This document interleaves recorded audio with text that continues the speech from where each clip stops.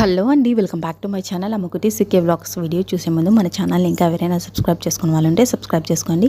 అలాగే వీడియో నచ్చితే లైక్ చేయండి, షేర్ చేయండి, కామెంట్ చేయడం మాత్రం మర్చిపోకండి. ఆల్రెడీ పార్ట్ 1 వీడియో నేను అప్లోడ్ చేశాను కదా కోనకు సంబంధించి. ఇది వచ్చేసి పార్ట్ 2 వ్లాగ్. పండగ రోజు తర్వాత పారణ వస్తుంది కదా, పారణ రోజు వ్లాగ్ అనమాట.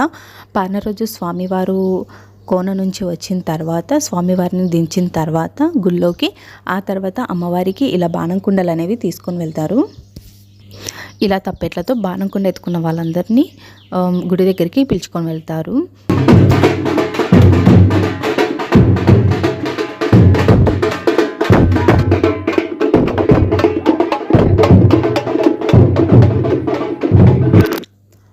అమ్మవారికి బాణంకుండ తీసుకెళ్లే ముందు ఇలా కాళ్ళ దగ్గర వాటర్ పోసి పసుపు కుంకుమ సాంబ్రాణి వేసి తర్వాత దండ పెట్టుకున్న తర్వాత బాణంకుండను అమ్మవారికి పంపిస్తారనమాట.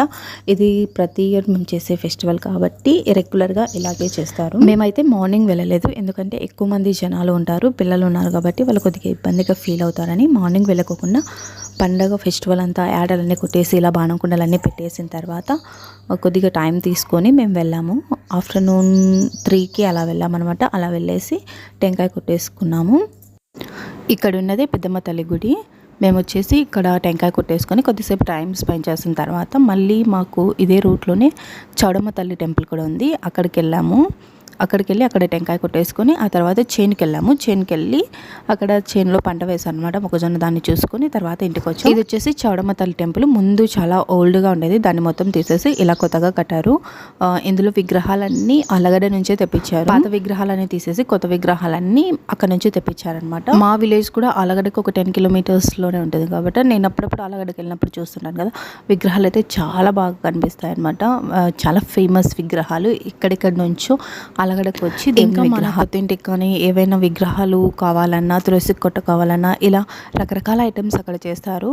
చాలా విగ్రహాలు అయితే అక్కడ ఆల్రెడీ చేసి రోడ్డు పక్కనే పెట్టేసి ఉంటారు. మనం చూస్తున్నాం కదా, లుక్ అయితే చాలా బాగుంటుంది.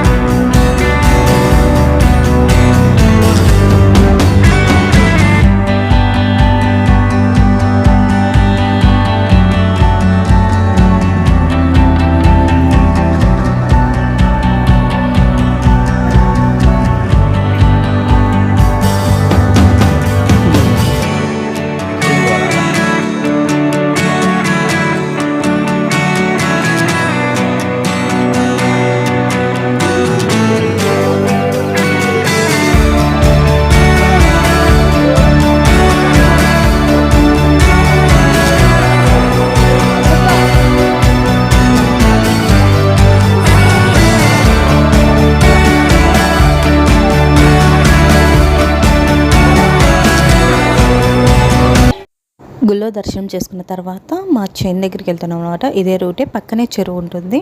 చెరువు పక్కనే మా చేను కూడా ఉంటుంది.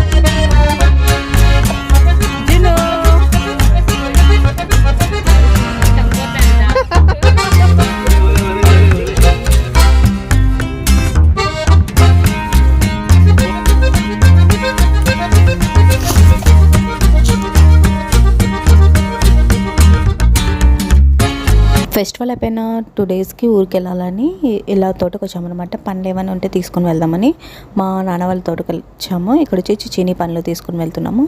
ఇంతటితో ఈ బ్లాగ్ అనేది ఎడిట్ చేస్తున్నాను. ఐ హోప్ ఈ వీడియో మీకు అందరికీ నచ్చింది అనుకుంటున్నాను. ఈ వీడియో కనుక మీకు నచ్చినట్లయితే మన ఛానల్ని సబ్స్క్రైబ్ చేసుకునే వాళ్ళు ఉంటే సబ్స్క్రైబ్ చేసుకోండి. అలాగే వీడియో నచ్చితే లైక్ చేయండి, షేర్ చేయండి, కామెంట్ చేయడం మాత్రం మర్చిపోకండి.